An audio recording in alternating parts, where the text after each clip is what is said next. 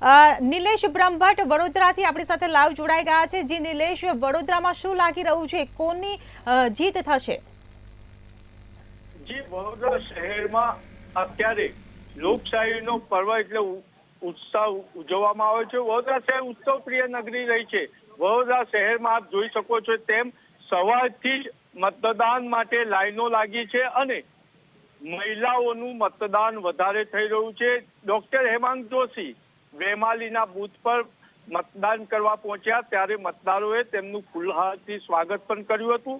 ત્યારે મહત્વની બાબત એ પણ છે કે વડોદરા લોકસભાના ઉમેદવાર ડોક્ટર હેમાંગ જોશી પરિવાર સાથે પહોંચ્યા હતા અને તેમને 2 મત આપ્યા હતા, એક લોકસભાના ઉમેદવાર માટે અને બીજા વિધાનસભાના ઉમેદવાર માટે। ત્યારે બીજી બાજુ કોંગ્રેસના ઉમેદવાર ડોક્ટર જસપાલસિંહ પડિયારે પોતે વડોદરા લોકસભાના ઉમેદવાર તરીકે ઉમેદવારી નોંધાવી છે, પરંતુ તેમને તેમના પરિવાર સાથે છોટાઉદેપુર લોકસભામાં મત આપ્યો હતો, એટલે કોંગ્રેસના ઉમેદવાર પોતાના માટે મત આપી નથી શક્યા। વડોદરા કલેક્ટરે એક જાહેરાત કરી હતી અને મતદારોને અપીલ કરી હતી કે ગરમીથી બીતા નહીં, અમે મંડપની વ્યવસ્થા કરીશું। ત્યારે મંતવ્યની ટીમ પહોંચી છે। વડોદરાના સાંસદ રંજનબેન ભટ્ટે જ્યાં મતદાન કર્યું હતું ત્યાં આપ જોઈ શકો છો કે અહીંયા ભર ગરમીમાં મહિલાઓ લાઈનમાં ઊભી છે અને અહીંયા કોઈ વ્યવસ્થા નથી મંડપની, એટલે કહી શકાય કે વડોદરા ચૂંટણી પંચે જે મોટી જાહેરાત મંડપ બાંધવાની કરી હતી એનો અહીંયા ફિયાસ્કો દેખાય છે। મહિલાઓ ધબધબતા તાપમાં અહીંયા પહોંચી છે અને મતદાન કરવા પહોંચી છે। આપણી સાથે પ્રથમ વખત મતદાન કરતી એક દીકરી છે, આપણે એને પૂછીશું, તમે પ્રથમ વખત મતદાન કરી રહ્યા છો, શું કહો છો, શું વિચારીને મત આપશો? આપ મત આપવા આવ્યા છો, શું વિચારીને મત આપશો?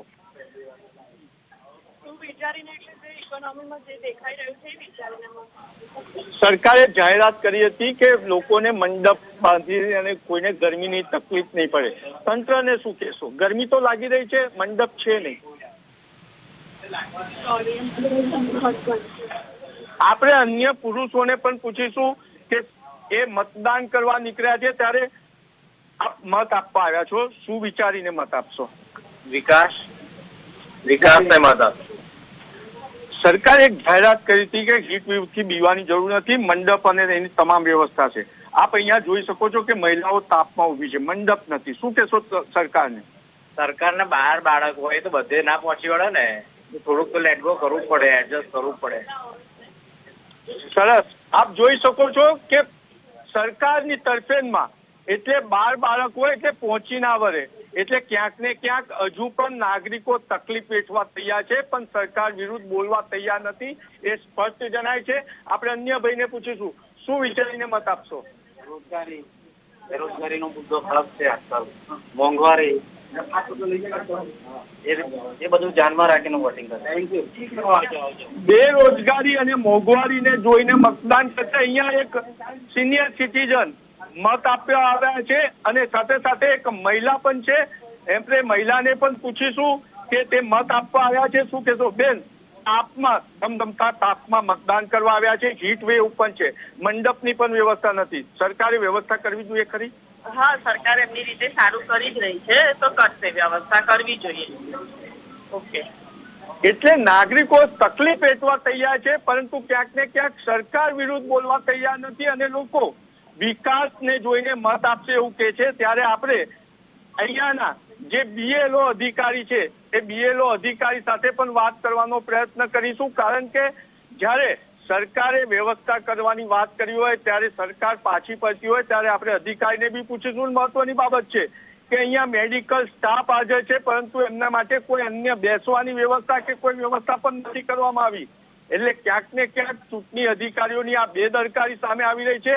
આપણે BLO ને પૂછીશું, શું કહો છો, તાપમાં મહિલાઓને તકલીફ પડી રહી છે, મંડપ નથી? સાચી વાત છે સર, પડી રહી છે, આમાં આયોજનનો આપણે અભાવ કરી શકીએ। એટલે સરકારી અધિકારી પોતે કહી રહ્યા છે કે આયોજનનો અભાવ છે, છતાં પણ નાગરિકો નરેન્દ્રભાઈ મોદીએ જે અપીલ કરી છે એ અપીલને જોઈ અને મતદાન કરવા આવ્યા છે। ક્યાંક ને ક્યાંક લોકો વિકાસની વાત કરી છે તો કોકે બેરોજગારીની પણ વાત કરી છે, પરંતુ વડોદરા શહેરની વાત કરીએ તો વડોદરા શહેરમાં 9 વાગ્યા સુધીને લોકસભામાં 10.64% મતદાન થયું છે અને જ્યાં વાઘોડિયા વિધાનસભાની પેટા ચૂંટણી યોજાઈ રહી છે ત્યાં 9.73% મતદાન થયું છે. એટલે કહી શકે કે વડોદરા શહેરમાં હાલ જે રીતના વિકાસની વાતો થઈ રહી છે એ રીતના ભારતીય જનતા પાર્ટીનું પલ્લું ભારે હોઈ શકે, એમના મતદારો મત કરવા નીકળ્યા હોય તેવું લાગી રહ્યું છે. જી નિલેશ, સમગ્ર માહિતી બદલ આભાર. તો આજે વડાપ્રધાન નરેન્દ્ર મોદીએ મતદાન કર્યું ને મતદાન કર્યા બાદ લોકોને અપીલ પણ કરી છે, ત્યારે આવો સાંભળીએ વડાપ્રધાનને.